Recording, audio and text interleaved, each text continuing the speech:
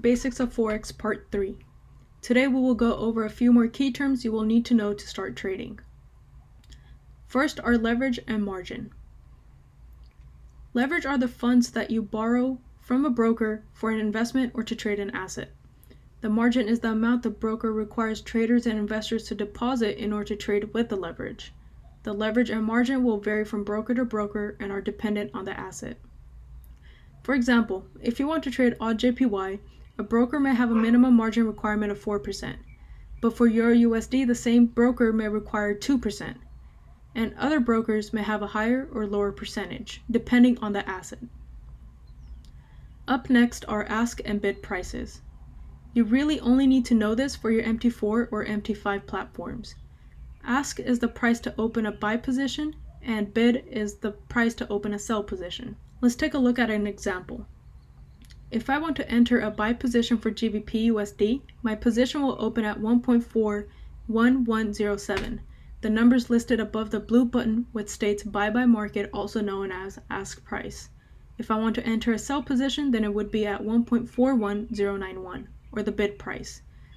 You may have noticed the difference in the prices and thought, why is that? That's called spread.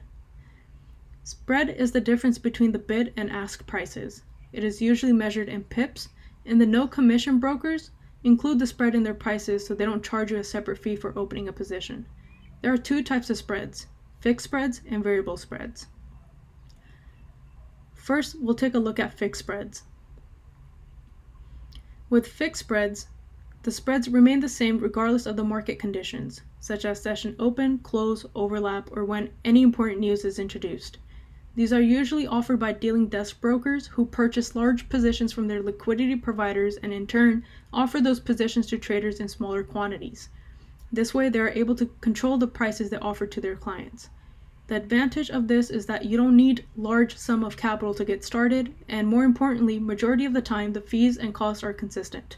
However, the broker can requote, which means the broker can block your trade and require you to accept a new price if you wish to place your trade. In both fixed or variable spreads, you may encounter slippage, but the probability tends to be relatively higher with fixed spreads.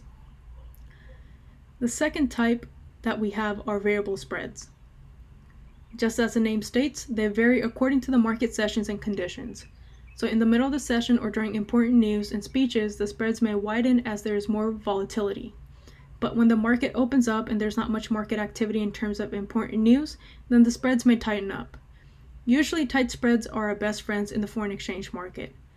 These are offered by non-dealing desk brokers who have multiple liquidity providers, so they are able to provide the best possible price to their clients without much intervention like the dealing desk brokers. They have no control over spreads either. The advantage here is there is no requoting. Since the spreads can widen or tighten depending on the market conditions, you will always see the price you will get when you enter a position at that time. There is also very low probability of slippage, and it only happens under rare market conditions. So here we took a look at fixed spreads and variable spreads. Up next, we have different types of orders. Majority of the time, you will see traders using market execution.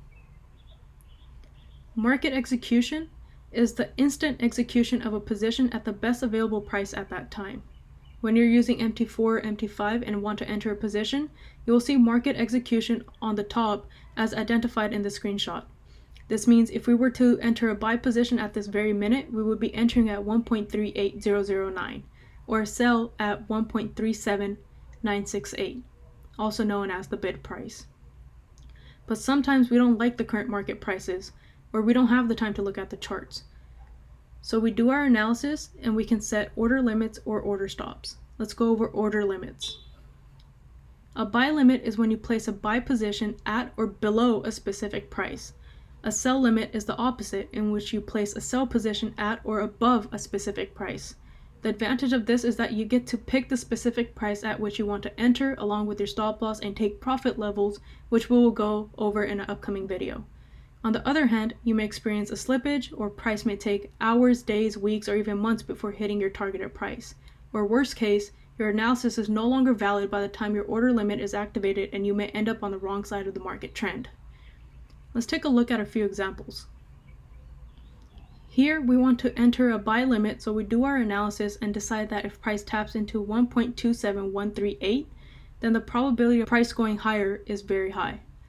So using the basics of trading, where we want to buy low and sell high, we enter a buy limit at 1.27138. Surely enough, our analysis here is correct and price creates a wick at 1.27138 and continues up. Now let's say we do our analysis and decide that if price rejects 144.38, then it will continue down. So we place a sell limit at 148.38. Now let's see what happens next here. Surely enough, price taps into 144.38 and continues in our anticipated direction, and we reap benefits off of our analysis. Similar to the market execution, on your MT4 or MT5, you would tap where it says market execution and see a list shown in the screenshot and choose buy limit or sell limit depending on which position you wish to take. In this example, I want to enter a buy limit, so my price of 1.375 has to be lower than the buy price of the markets right now. Conversely, if we want to enter a sell limit, then our price will have to be higher than 1.37625, which is the current sell price. Order limits are convenient in the sense that you don't have to watch the charts all the time, but there are factors that need to be accounted for when using order limits. Now we have order stops. Similar to buy and sell limits, we have buy and sell stops. We would use a buy stop if we want to enter a buy position while the price is in an uptrend. We'd enter a sell stop if we want to enter a sell position while the price is in a downtrend. So let's take a look at a few examples. Let's say this is the current market condition, and according to our analysis, if price breaks above 132.300, the probability of it continuing in an uptrend is very high. So we would enter a buy stop at 133. After a few hours, days, or maybe even weeks, we see that price finally breaks above 132.300, and our position is activated when price hits 133 and we have a winning trade. So we caught this movement while the price was pushing in an uptrend. On the other hand, let's say we want to enter a sell stop. So we do our analysis and figure out that if price breaks below 143, then we will continue in a downtrend. But to be safe, we place a sell stop at 142. So now let's see what happens next. We wait a couple of hours and couple of days, and according to the market conditions, the trade ends up going our way. However, this will not be the case every time. So in order for these type of trades to be successful, we must take into account fundamental analysis, technical analysis, and market sentiment analysis, which we will cover in the next video. Comment below if you have any questions or if there's a specific topic you would like me to address in this series.